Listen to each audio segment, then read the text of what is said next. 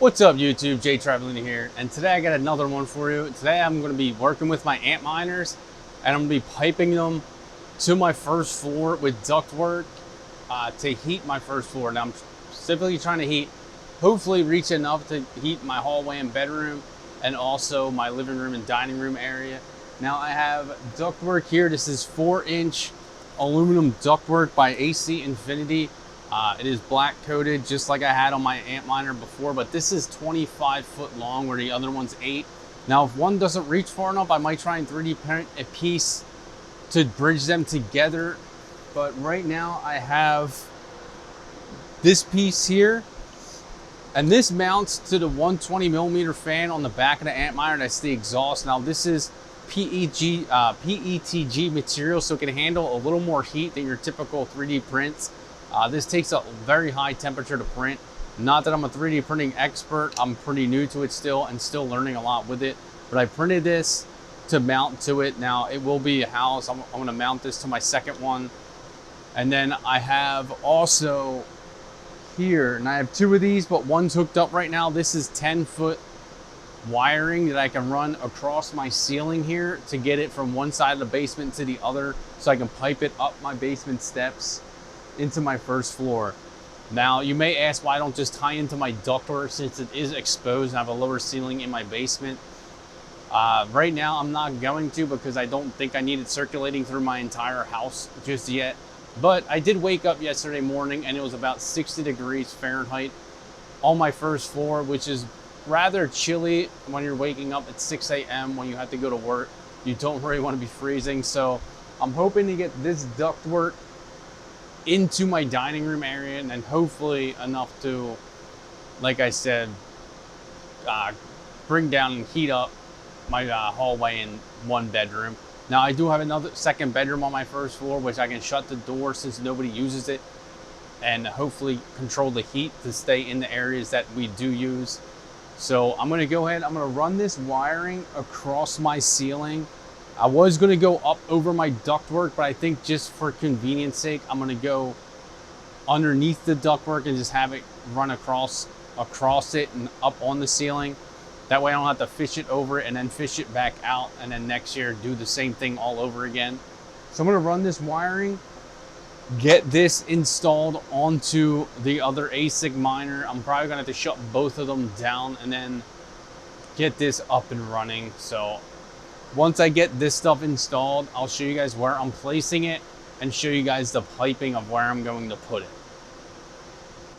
So just to give you a slightly better idea of how this is going to work, so this one is it mounted.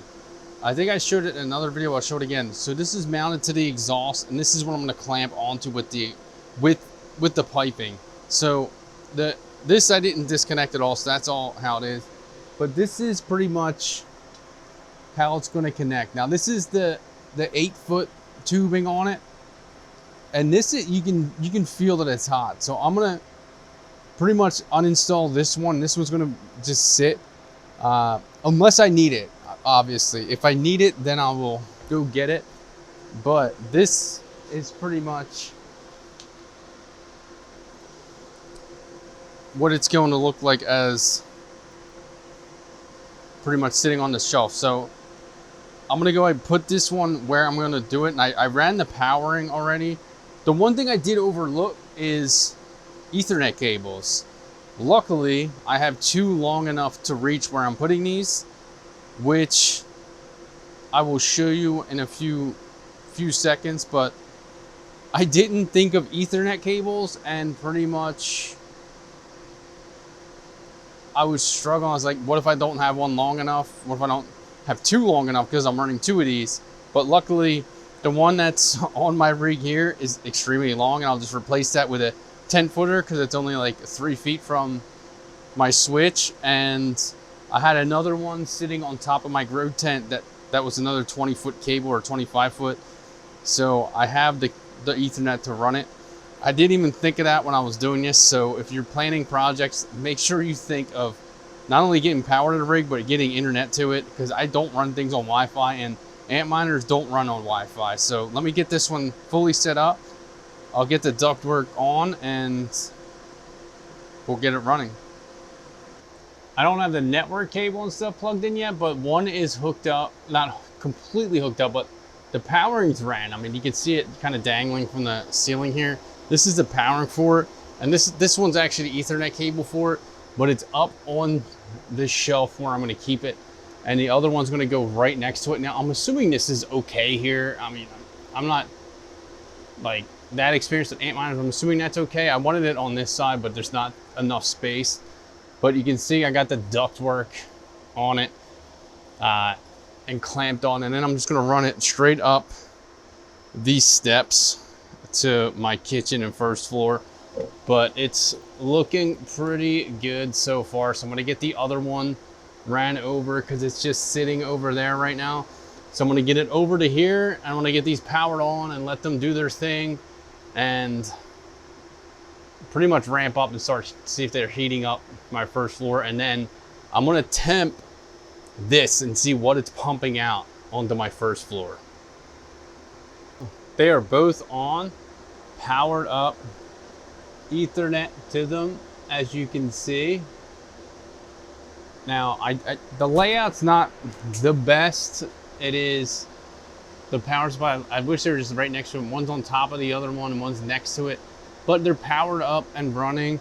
Now, they're not ramped up yet. They're not mine. They got a boot in the hive. And these things can take a couple minutes to do so. So when they're doing it, I got the piping ran just onto the ground here so far. And I will get it up into my first floor.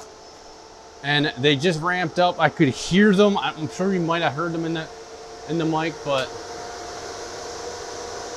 I know you're hearing them now. So I'm gonna let them heat up a little bit, and I'm gonna get a temp reading, and we'll see what they are doing as far as temp wise into my first floor. So right now you see they're just in my dining room. They're not super quiet, but they are putting a little bit of heat out. Now I do have my thermometer here, we'll temp it. Now they haven't been mining too long, so the boards may not have heated up completely, but we'll do both here. So we'll shoot that in there. Now I'm getting 81 degree Fahrenheit, 82 degrees Fahrenheit out of that ASIC miner right there. So shoot it in this one.